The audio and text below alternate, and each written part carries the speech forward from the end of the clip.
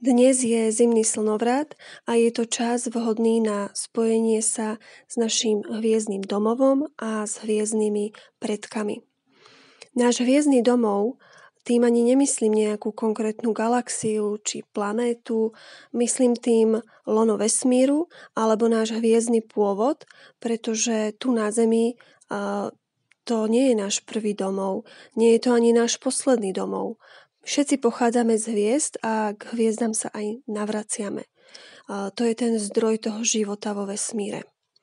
Je dobre si to pripomenúť práve v čase zimného slnovratu, kedy to naše slnko, tú našu hviezdu, je vidieť počas dňa veľmi málo a práve večer aj v noci môžeme pozorovať hviezdnu oblohu.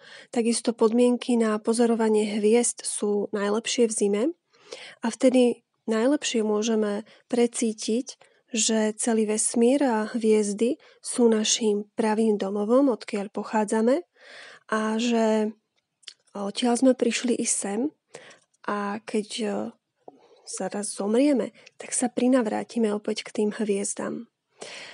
A zimný slnovrat so sebou nesie samozrejme veľa iných tém, ktoré sa týkajú nekonečných hlbok v nás, ale aj nespracovaných emócií. Ale oveľa ľahšie sa to zvláda, keď sa spojíme so svojím hviezdnym domovom. Ja tým nemyslím nejakú konkrétnu galaxiu, planétu alebo nejakú mimozenskú konkrétnu rasu.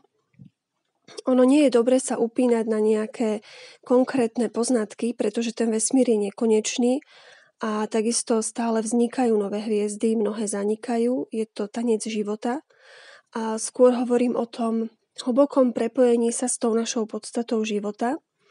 A ak by sme sa pozreli na to cez čakrový systém, tak je to čakra, ktorá sa nachádza asi 2 prsty pod naším pupkom. Je to pupočníková čakra. V podstate odkiaľ viedol náš pupočník, ale je to približne 2 prsty pod pupkom, kde je zlatá hviezda, ktorá predstavuje náš domov alebo spojenie sa s domovom a tým je myslený vesmír alebo zdroj vesmíru, tá hviezda vesmíru. A keď sa naladíme na toto miesto, priložíme si ruku na podbrúško a dýchame do tejto zlatej hviezdy, tak sa spájame so všetkými hviezdami vo vesmíre alebo s tým hviezdnym domovom, so všetkými hviezdami, ktorých sme súčasťou alebo boli sme súčasťou, budeme súčasťou a spájame sa s našim hviezdnym telom a príjmame veľkú silu a veľkú energiu. Naše slnko, naša hviezda slnečnej sústavy je teraz v zime vidieť málo a takisto je vonku zima, ale môžeme sa práve cez túto zlatú hviezdu v našom tele napájať na ten zdroj sily, svetla, ohňa, ktorý tvorí tú podstatu nášho života a nášho hviezdneho tela.